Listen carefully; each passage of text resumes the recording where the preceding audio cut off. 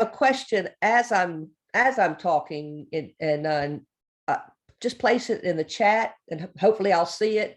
And if I don't see it in a timely manner when I finish, we can certainly circle back around to it. But if you have a question that's pertinent to what I'm talking about at that moment, I'll try to pay attention to the chat as well. Yes, what Sally kind of asked me to do was to talk some about kind of where we are. I'm going to begin some with where we've been, just to kind of play catch up and a reminder of some of the things that have transpired up to this point. I wish I knew what the future of the church was. I would like be on the front page of every newspaper, I think, but I don't know what the future is. But I can at least tell you, where we are and what is happening at the moment. We still don't know if we're going to be having general conference in 2022. That the General Commission on General Conference will be meeting and making a decision sometime in February, the middle of February, the end of February. I'm not sure exactly when, but then we will certainly know more. I mean, we'll know if we're going to have it or not, and then it could even be pushed back to 2024. But I can talk some more about that in a little bit. It would have been nice to have had that news before we met, so that we could factor that into the conversation, and some speculation if we have it or don't have it. But I'm just going to present to you from kind of just what I know, and what I'm working with, what the conference is working with, and some of the decisions some churches have been making. As you know, just a little bit of the timeline. Of course, in February, again, this is some catch up. In February 2019, there was the special called General Conference, and where we were considering the three plans. When I first came to the district, I held 11 different meetings around the district to talk about the three plans that were coming before the special called conference, going over each of those plans. And then, of course, in February 2019, we had the special called conference, and the traditional plan passed 438 votes to 384. So you can see, even just from that vote, that the church was almost kind of evenly split, not of one mind about all the issues of human sexuality. So just because we had a vote and one plan came out on top, it certainly didn't just make everybody happy and fall in line all across the globe. Instead, a lot of turmoil started, and angst started. A lot of dissolution plans began to flow in the works, mostly from the United States. The dissolution plans mostly came from the United States, not from our central conferences, which are in Africa and the Philippines and Europe. Also, in other groups, of course, began talking and getting together to say, how can we find some way forward that is healthy and good for the United Methodist Church? Well, one of those efforts came from Bishop Yambusa, who was a bishop in Africa, one of our central conferences there. And he called a group together of people who represented a lot of different constituencies in the United Methodist Church.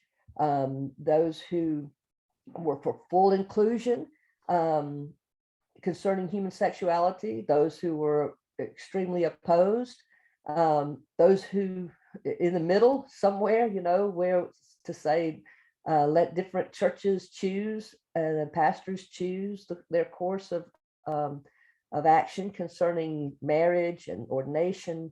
So it was a wide group of people. And in January of 2020, they presented what they called, and it was also mediated by an outside mediator of the Jewish faith. Mr. Feinberg. And so they issued this plan called the Protocol, Reconciliation and Grace Through Separation, which began to get a lot of traction. And in fact, I came to the Cross Ties class and presented on the protocol right before, sometime I guess in right at the beginning of 2020. Yeah, because it was right before the world shut down. And, you know, a lot of groups around the United States and in other conferences were having conversations about setting aside all other legislation that came before General Conference that year and focusing only on the protocol and being committed to the protocol, which allowed for a path of separation for those who wanted to join a more conservative, traditional Methodist denomination or denominations, whatever might arise after that General Conference, if it had been held, and then those who want to stay and reform the United Methodist Church. And so there would be several entities, iterations of the Methodist Church, the United Methodist Church, and then any other conservative, more traditional Methodist churches that wanted to apply for recognition would have to have gotten 100 churches to join with them, and then they could have been recognized as a denomination that churches could go and be a part of. One of those, which is probably the most well-known, is the WCA, or the Global Methodist Churches, they call themselves now. But it was not to be the only one. There were others that were also beginning to form as well. So that's where we were headed. Another proposal that was not as well known, but since has gotten more conversation following COVID, but came out in February of 2020, was something called the Christmas Covenant that came from the central conferences. Now, like I said, a lot of other dissolution plans that fell by the wayside all came from the United States. Well, soon after, right after, I want to get my notes here, so I'll say this correctly. But soon after that 2019 special called General Conference, right after that, when there was a lot of turmoil, a lot of conversation and angst concerning the outcome, the African College of Bishops issued a statement on maintaining unity and integrity of the United Methodist Church, and the Philippine College of Bishops also released a pastoral letter that spoke against any dissolution of the United Methodist Church. And European bishops also joined in with that. So the bishops of those central conferences were calling for unity. We're calling for us to stay together, maintain the integrity of the United Methodist Church. And so they began meeting, and they created legislation that was called the Christmas Covenant, mainly because they were talking around the time of Christmas 2019, and then their whole plan came out in February 2020. But their plan, which when the protocol came out, and it was most of the commitment was behind the protocol, their plan, which didn't get a lot of conversation at the time, set up or called for central conferences to become regional conferences, and the United States to become a regional conference as well. Now, central conferences, as you may know, could adapt. It still can, even currently, but since, from their joining the United Methodist Church, Methodist churches arising in those central conferences, they've always been able to adapt the discipline to their context.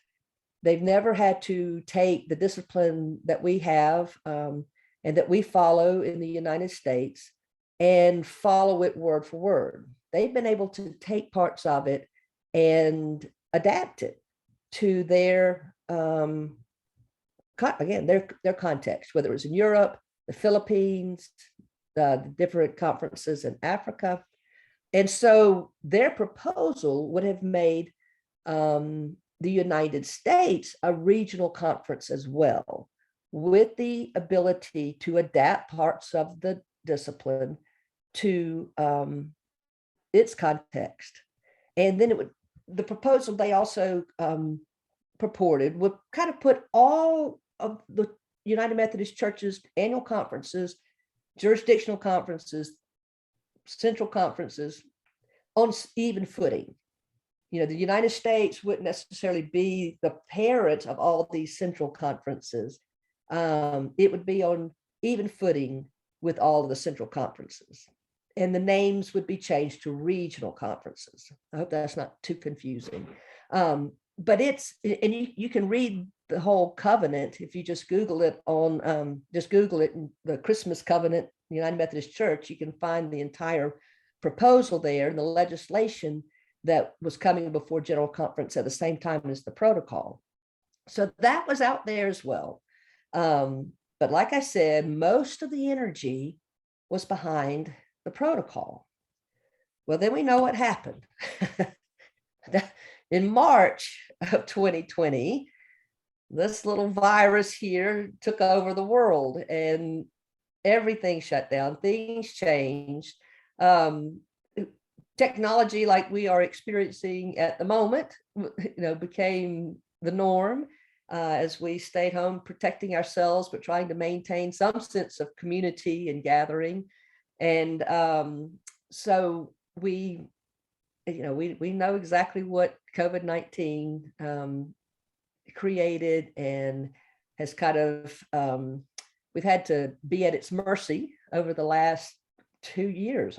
This March will be 2 years. Imagine that, when we all had to just shut things down. Now we've got the vaccine, we've been boosted, we're learning to live with it. At least we know now how we can protect ourselves from it for the most part, and how it's transmitted. And we're getting out, we're doing more, of course. We're meeting in person, churches are gathering again. And so, we've got the proposal down to have General Conference in September of 2022 for the purpose of looking at the protocol and the Christmas conference, and also one presented by the connectional table that comes out of the United States, which I didn't present that to you because they have basically deferred to the Christmas covenant. It's the same concept of creating regional conferences that can adapt the discipline to its specific context of each regional conference. So if we have General Conference, that's the legislation that will be before us, that we will consider. So in the meantime, not as much, there's been more conversation, I'll say, around the Christmas conference, Christmas covenant. And it's not being laid aside in the same way as it was in deference to the protocol before COVID hit. So that kind of legislation and debate will be on the floor of General Conference if we have it. So there's another plan out there, again, the Christmas covenant, that could gain traction, that could usurp the protocol if we do go forward. So we're at a standstill right now, waiting to hear if we're going to have General Conference or not. You've probably been reading all sorts of reasons why it could be a problem. We do have to, the General Commission does have to make reservations, put down money for a conference center that we would have it in September. And they don't want to do that unless it's very clear that the delegates from our central conferences can attend. Even before COVID, it was very difficult for many of them to get visas to come, but with the help of the General Conference and the General Commission, they were able to make it. But with vaccination protocols on top of all that, it's just adding another layer of difficulty. Some say, why can't you just use technology like we have here and do it virtually? But I live in Raven County and we have issues with the internet here. Can you imagine in the very rural areas of Africa, the kind of issues they may have with internet services? So, the main intent is to make sure everyone who should be at General Conference can be at General Conference, so that all the central conferences in the United States can participate in the decisions being made concerning the United Methodist Church and our way forward. So that's kind of where we are. Now, there are two paragraphs in the discipline, one that was passed at the special called conference in 2019.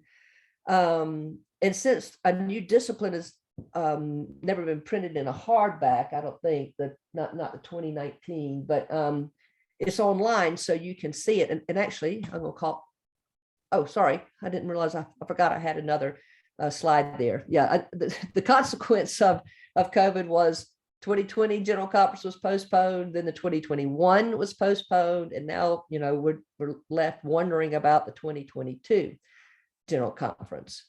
But this paragraph that was passed, and it was written by those who supported the traditional plan and a more conservative understanding of human sexuality. This paragraph was written by those delegates for the purpose of helping, for the sake, again, I don't like using the labels, but you just have to use them, but for the purpose of the more liberal churches, or those for inclusion of LGBTQ persons, for a purpose of them leading, of those churches and annual conferences leading. So this paragraph 2553 was written and passed at the 2019 General Conference so that mostly the churches who supported full inclusion could leave. So 2553 has been a part of the discipline since 2019. And you'll see the last line says the provisions of 2553 will expire on December 31st, 2023, and shall not be used after that date. So there is a time limit on this paragraph and what it will allow churches or annual conferences to do. So basically it says, any church or annual conference that disagrees with the current discipline and its stance on human sexuality, which the current discipline is follows the traditional plan that passed, may be able to leave based on each annual conference's the provisions provided by each annual conference's board of trustees. So our trustees in the North Georgia Conference created those provisions with the guidelines that were basically being followed across the general church. And these provisions were adopted and passed at our annual conference this past June. So in June of 2021, we, as in North Georgia, had a way for churches who wanted to disaffiliate from the United Methodist Church to leave based on this paragraph, 2553. the trust, even though it says churches, due to for reasons of conscience, basically, it says that right there in the middle, for reasons of conscience, of not wanting to follow the current discipline, could leave. Our trustees said they were not going to drill down. If a church said they wanted to leave based on this paragraph, they weren't going to ask, well, then are you a conservative church? Are you a centrist church? Are you a progressive church? We were just going to honor that church's vote to go. Now, I want to tell you those provisions, because I'm actually working with 4 churches, very small membership churches, mostly under 15 members, who want to leave based on this paragraph. Our trustees have determined, and we passed at annual conference, that a church could leave by this paragraph if they had 2/3 vote of their congregation of members present and voting. If 2/3 of the membership voted to leave, they would be allowed to leave. They would have to pay 2 years of apportionments and their portion of the unfunded pension liability. And that's a very detailed thing, but let's just leave it at that. I mean, every church it's been divided, just like apportionments are divided up based on the decimal system from our conference finance team. The unfunded pension liability is determined the same way as our apportionments are determined. So those 2 things are required, and then the church can basically disaffiliate with their property. So for these very small churches that I'm working with, it's much easier for them to be of one mind than medium size and larger churches, to come to they're not just 2/3, they're pretty much 100%, because you've got 8 people voting, right? Or you've got 12 people voting, and they basically are of one mind, and their 2 years of apportionments and the unfunded pension liability is less than $15,000. So some of them just want to be independent. That's just what they want to do. So the 4 smaller churches that I'm working with intend to disaffiliate under this paragraph. Now, they are also very, very conservative churches. So the paragraph really wasn't meant for them, because they can easily follow the discipline as it currently is. However, because we're not drilling down to what their issue of conscience is, we are certainly going to honor their desire to go. Now, even after they vote on this, the annual conference has to vote. So I'm holding their church conferences in February, but it won't be ratified until our annual conference in June, because the whole annual conference still has to vote to allow them to go. If our annual conference were to vote that they could not leave, then they still have to stay within the United Methodist Church. I can't imagine the conference voting that way, but they could. But we anticipate that the conference will say, yes, any church that has requested to leave under this paragraph can leave. So that's where we are with paragraph 2553, but it has an expiration date. And again, if we don't have general conference in 2022 and it's pushed to 2024, any church that had any intention of leaving by this way will have missed that window. Now, there's been another paragraph in our discipline, and I couldn't find when it was added, but it's been there for a long time, because this is one of the things many people have said from the very beginning when people were seeking the dissolution of the United Methodist Church or disaffiliation from the church, is that there's always been a way for churches to leave if they wanted to. And that is paragraph 2548.2. That's been in the discipline for many years. And basically, it's the same it's along the same premise of 2553, except under 2553, a church can leave and go be independent. They don't have to join another Methodist church. They don't have to join the WCA, the GMC, the Free Methodist, the Wesleyan Methodist, the CMEs. They don't have to join anybody. They can be independent. Under 2548.2, a church can disaffiliate, but only if they join with another Methodist denomination that's part of the Pan-Methodist Commission. Some of those include the Free Methodist Church, the CMEs, the AMEs, AME Zion. I don't know. I'm sure there's a list somewhere of all the denominations represented in that Pan-Methodist Commission. I just don't have that before me.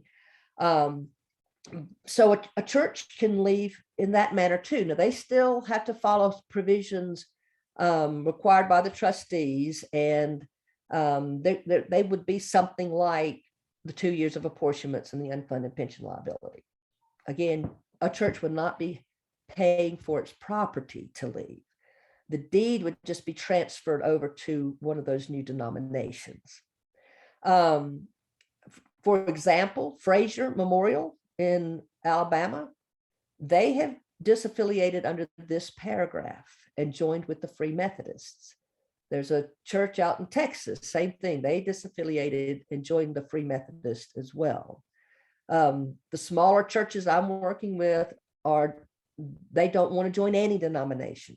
They want to be completely independent in their communities. And so they are leaving by 2553. Now, I tell you all of this so that, first of all, you'll just be aware that that is out there, and that is what some churches are choosing.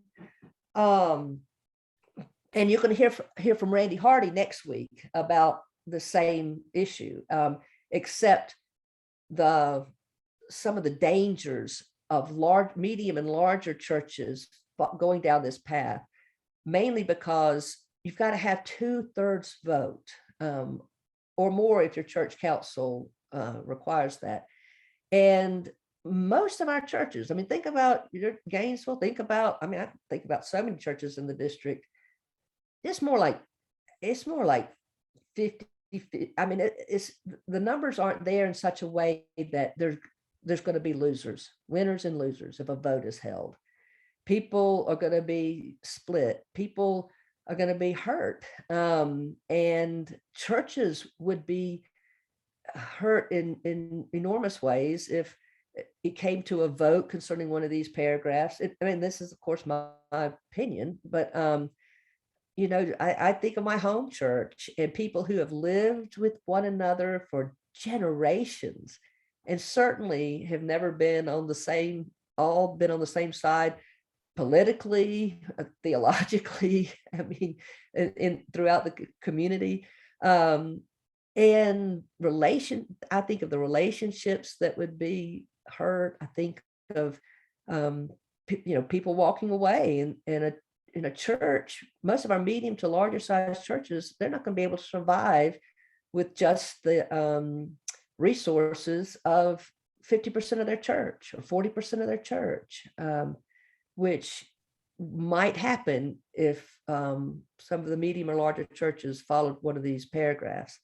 Now, it worked for Fraser Memorial, but again, that was a culture and a community that was pretty homogenous. I mean, they were pretty much all on the same page. Those who disagreed left to go to other United Methodist churches and joined other United Methodist churches in the area. So again, Randy Hardy he has a wonderful presentation about also what would be lost by leaving the connection, and again, what it can do to the community, local communities. So I wanted, let's see what time it is. I've kind of run my mouth for a little while here. Sorry. I want to give you time, and I believe that's the last slide I have. I want to end with that, but I'll end with that later. So Ron, if you want to go back to the full gallery, I can receive questions at this point. And then I'll end later with Matthew 28, but that's kind of where we are and Okay, what we're dealing with right now. do you want to stop your screen share so you can see everybody? And then Yeah, you that's right. I have to do that, don't I? Yeah. Okay. Good. All right, if anybody's got a question, then everybody's muted, so unmute yourself and go ahead. But Alice, let me thank you very much. That was very informative, and it looks like a still huge can of worms. But Yes. I assume even if they do adopt the position of the regional conferences, then they're going to have to still come up with something if that resolution for everybody to leave ends. Then I guess each regional conference will have to come up with another method where people can leave. Is that right? Yes, so that problem, and again, that paragraph 2548.2 that's always been in there can still, I mean, it doesn't have an expiration date. But it would require a church joining another Methodist denomination that's recognized by the Pan Methodist Commission. So that would be there, but it's quite possible that more legislation would be written that would provide a different path for congregations in each regional conference to leave if they wanted to. Alice, Mike Casper, I have a question. Would you briefly review the rules regarding ownership of church property? Who controls that?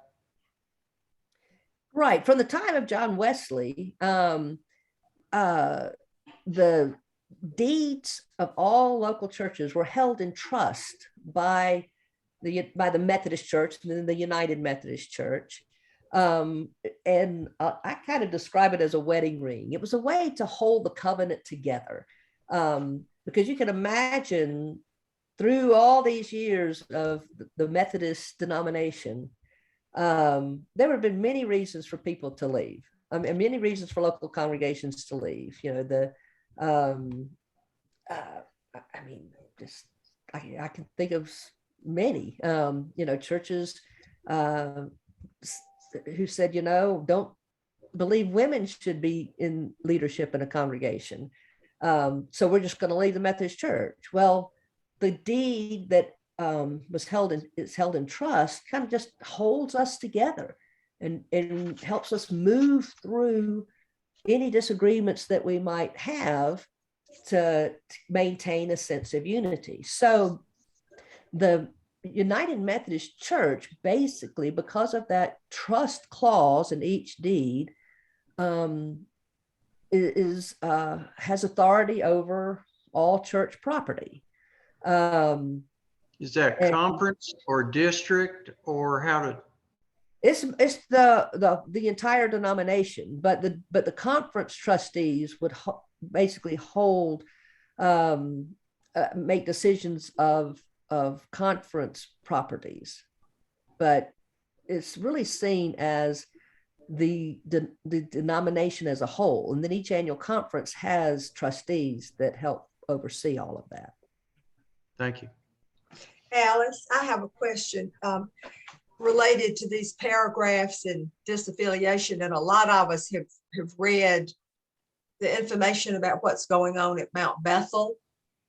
And if you could briefly maybe address that, and, you know, where that stands and how we can understand the dynamics going on there. Oh, okay. And I won't get too much in the weeds there. I'm going to give you just some basics. When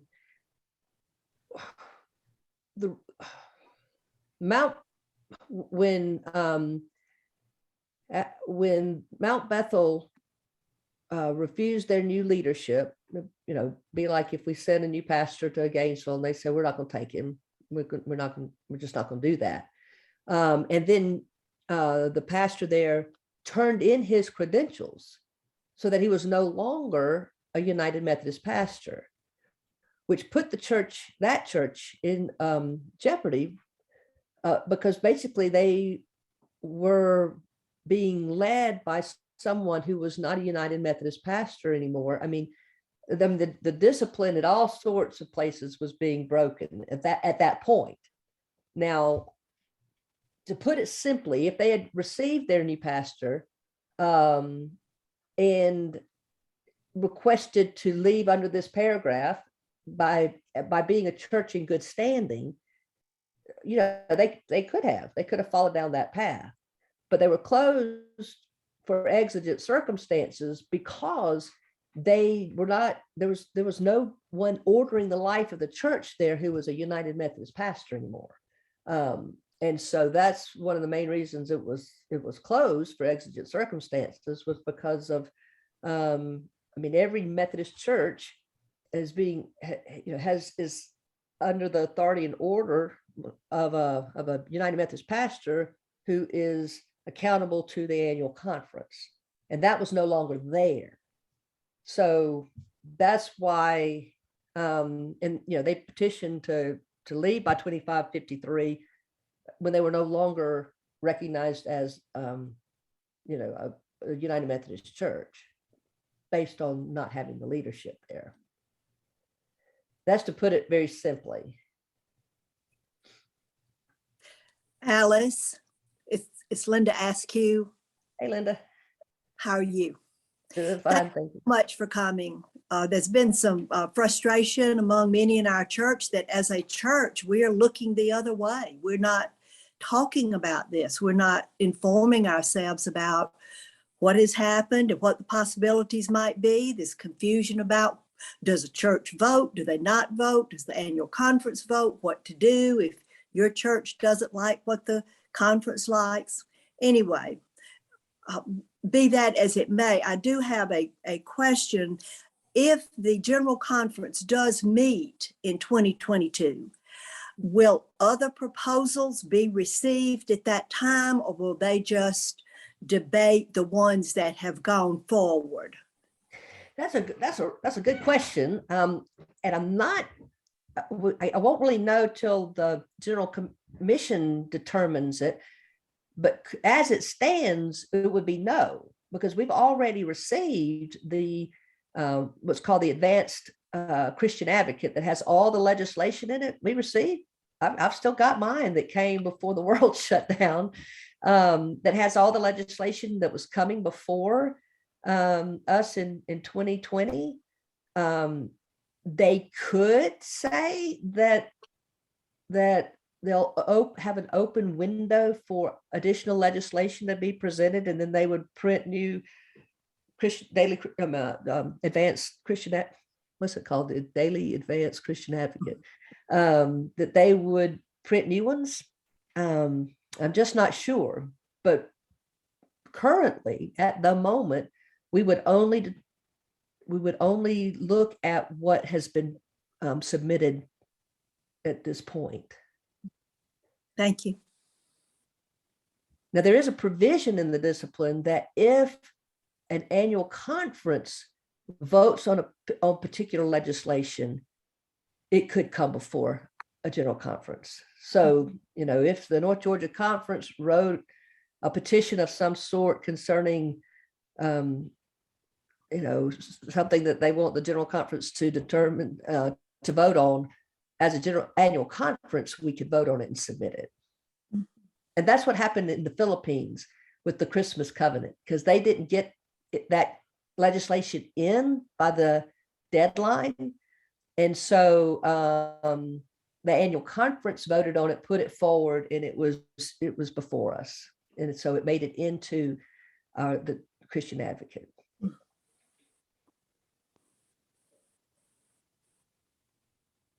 Alex, I've got one more question.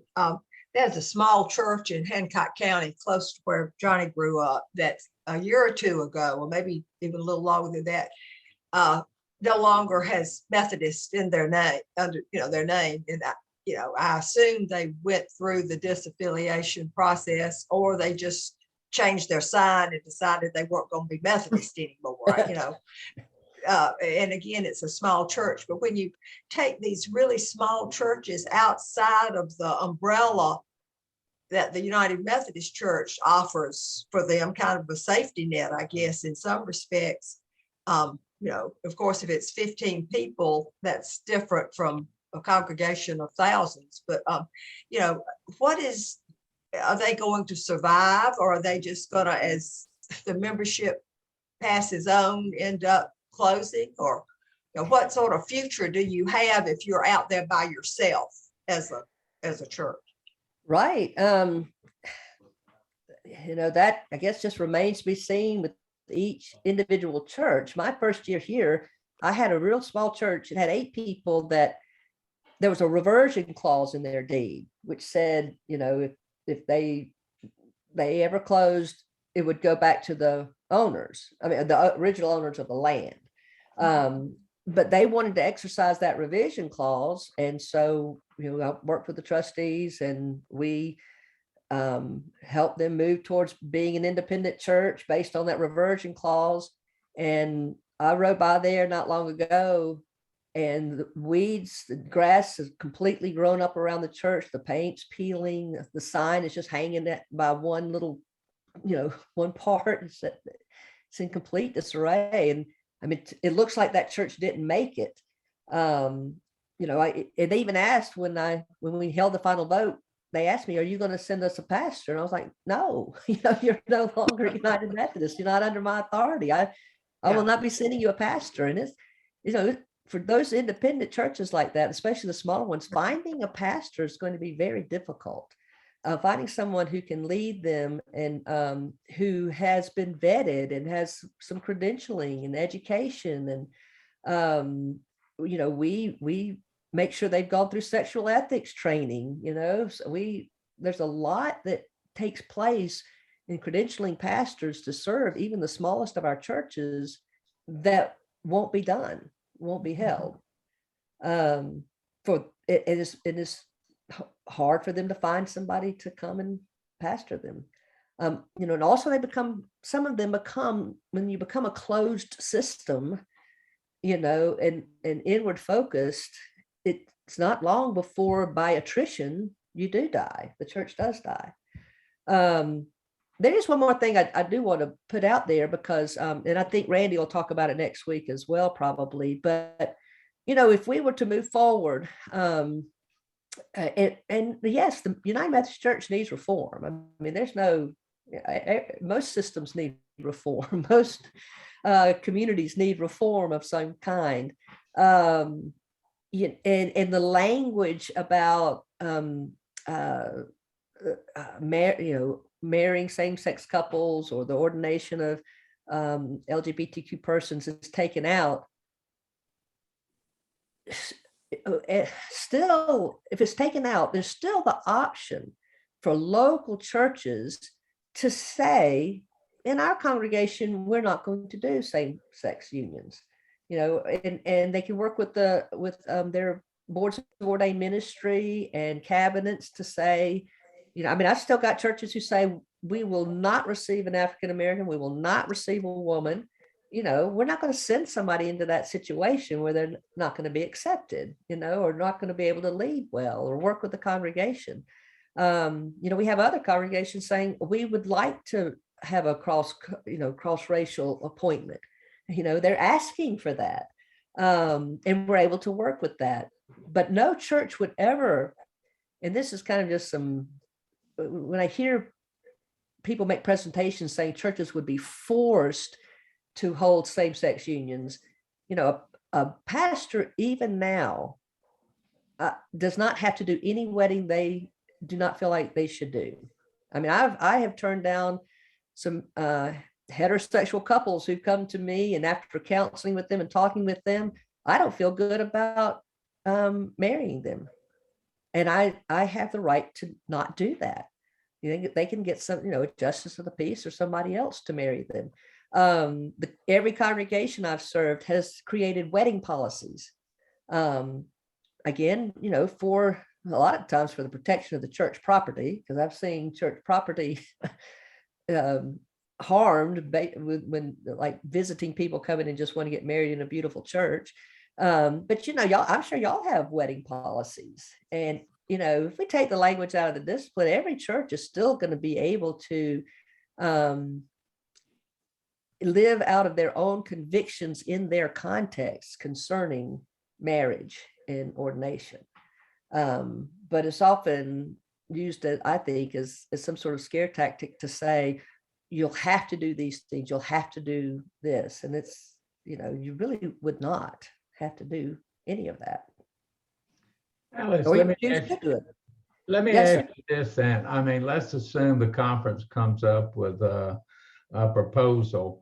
And so then Gainesville First can either elect to go along with the proposal or leave the United Methodist Church. But then you say, well, each church can decide what they want to do. So despite what comes out of the conference, then if our preacher or our congregation just says, hey, we're not going to follow that, then what's the result? Then the congregation splits, people leave, and the church winds up, you know, going away anyway. I mean, it's really confusing that on one hand, you say, well, if you're going to be in the United Methodist Church, you have to follow the discipline. But then you can say, well, each church can kind of decide what they want to do. It's really confusing. Well, I must have explained that in a poor way. I apologize. No, what if the restrictive and more punitive language of the discipline concerning LGBTQ persons is just removed, and there's not specific requirements and guidelines, well, then each church could make their decisions about, let's just use same-sex unions as an example. Right now, no church can host a same-sex union, and no ordained pastor can perform a same-sex union because the discipline forbids it. So, you know, I've always been committed to always have followed the discipline and been committed to following the discipline because I do believe it's a covenant that we all live under. So I'm not going to perform a same-sex union. The discipline does not allow it. If it were taken out, and I would say I was still the pastor at Glen Memorial United Methodist Church, where there were a number of same-sex couples, and a same-sex couple came to me and asked to be married, it becomes a matter of conscience for each church and each pastor then to decide if they were going to marry them or not. It wouldn't be disobeying the discipline one way or the other if the language wasn't there. But I mean, I know for myself, I would still put them through the same kind of counseling and questioning that I put a heterosexual through before I would marry anybody.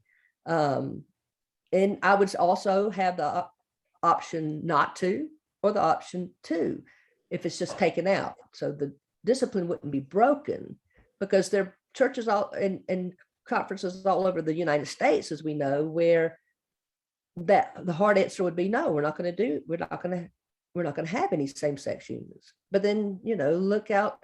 I always refer to out west, you know, because they've always been much more progressive. You know, they would have the option to marry people in their congregations who wanted to be married. So since the United States allows it now, you know, before we couldn't have done that anyway because of the laws of the land. But so yeah, it's not about being willy-nilly about the discipline in and of itself. It's just if the language was taken out, we just keep adding more and more layers to our discipline, and have over the years, until it's become this restrictive, binding kind of document, rather than just a kind of a guideline and covenant for us all to live in based on our individual context. I've got some real old disciplines from the 30s, you know. I mean, they're little, they're small. It's just some basic things about property and the order of worship and ordination and you know, requirements for pastors. But we just keep, every general conference, we add more and more and more to it, so that it's a pretty okay. Well, that clears a lot of it up. One more question, and I'll shut up. let's say they do remove the discipline and each church can decide for itself. Would it then be the pastor or would it be 2/3 of the congregation that decides which way a church goes? Are you thinking just in terms of Yeah, maybe same-sex marriage. sexuality? Yeah, I mean, the church, the pastor, you wouldn't even have to really vote on it. The church, the pastor and the church council can make those decisions together about whether or not they would allow marriages in their congregation or not. okay. Yeah, it wouldn't have to be a big church vote at all. Carol? You've answered a lot of my questions, but I know our Sunday school class has discussed this for several years, but I was talking to someone in another Sunday school class and they were just totally clueless that this was an issue. So when we have conference, will the church or the church council vote on how they want to be represented in this vote, or will the delegate just decide that? Well, there's really nothing to vote on at the moment. I mean, there's nothing to vote on unless a church says we want to leave under paragraph 2553, then there would need to be a vote. Okay. But I mean, until General Conference meets and we vote on one of these proposals and ways forward, there's no need for a congregational vote. So you will not vote on taking that language out of the discipline at this? No, ma'am, no. The proposals really that are before us, the protocol and then the Christmas covenant, both are mostly about structure and voting on one of those, or following one of those, let's say we go with the regional conference one.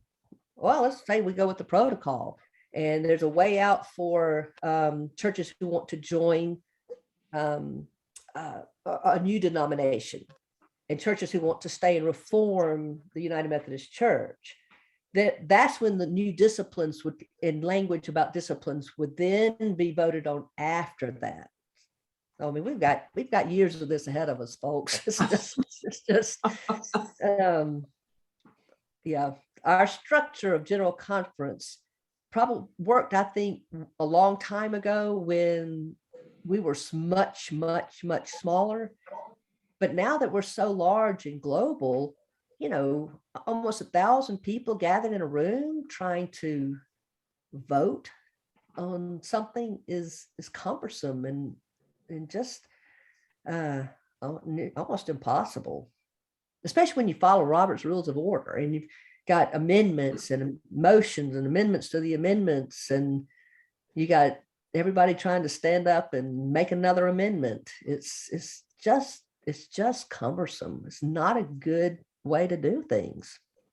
But that's where we are and what we have until we can create some kind of reform. Alice, I know other denominations have gone through this. They have faced this issue already. Could you make a comment on some of the results within the denominations that have already dealt with this? I'm not sure I can, Sally, off the top of my head. Linda, other than, it resulted in kind of two different denominations. And, I don't know about kind of anecdotal stories or not about local churches that suffered through, the split that was caused, because again, we know most churches are not of the same, most local congregations are not all of one mind. So it really ended up somebody had to leave their church. Mm-hmm. Yeah, people had to leave and go join another congregation. But I don't really know, Linda. I don't know how to. So there are a couple of iterations of the Episcopal Church, Mhm. a couple of iterations of the Presbyterian Church. Right, in the Lutheran Church and yes. Mhm. Right, you're right. If you're asking that, yes, they all have either Episcopal or Lutheran or Presbyterian in their name because they still follow the basic theology of that denomination, but not the polity. They're following different polities now. So Alice, is the Global Methodist Church, would that be considered a new denomination, or is that an iteration of the United Methodist Church? Well, kind of both. I mean, it would be a new denomination, just like the Free Methodist or the AME Zion. It would be another denomination, but they haven't fully formed. I mean, they haven't declared themselves a denomination to which churches concurrently join, which is kind of confusing to me. I don't know why they haven't. If they want to be a new denomination, but they're kind of they're really staking everything on the protocol, and because everything keeps getting delayed because of the virus, and there's been trying to get people here for General Conference. That's why some churches who are just so deeply convicted that they want to leave are going ahead and leaving, like Fraser, for instance. And I'm going to talk about a larger church in that situation. They're saying, we're not going to wait for the protocol. We're not going to wait for the WCA to form a legal denomination. We're just going to go ahead and join the denomination that already exists. Because there's 30, 40 Methodist Wesleyan denominations already out there. So I've often been confused of why we need another one when there's many out there that already represent a lot of the convictions that many people have. Alice, what is required to become a member of the Pan Methodist Commission? I'm not sure, other than their theology may be vetted by the commission and then they're allowed into membership. That's actually something that would be interesting to research and look at. I just haven't done that, but I know at every General Conference we have representatives from the Pan Methodist churches who come, and we recognize them, and they're kind of under the umbrella of our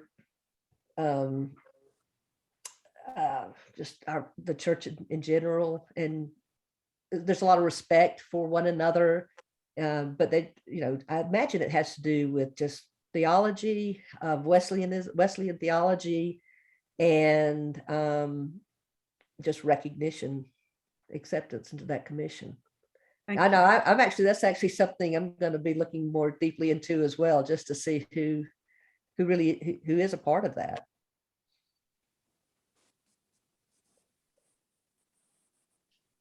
But there are lots of Wesleyan denominations already, and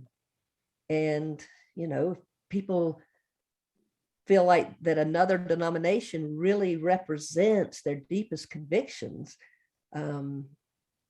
I would go join one of them, just personally. I wouldn't want to try to take the entire church out with me. I would just say, I think I'm going to go over here because it represents who I am. And, and if I had ever determined in my ministry up to this point that I couldn't live in the covenant of the United Methodist Church, I would have tried to just take it down. I would have just turned in my orders and gone someplace else. So.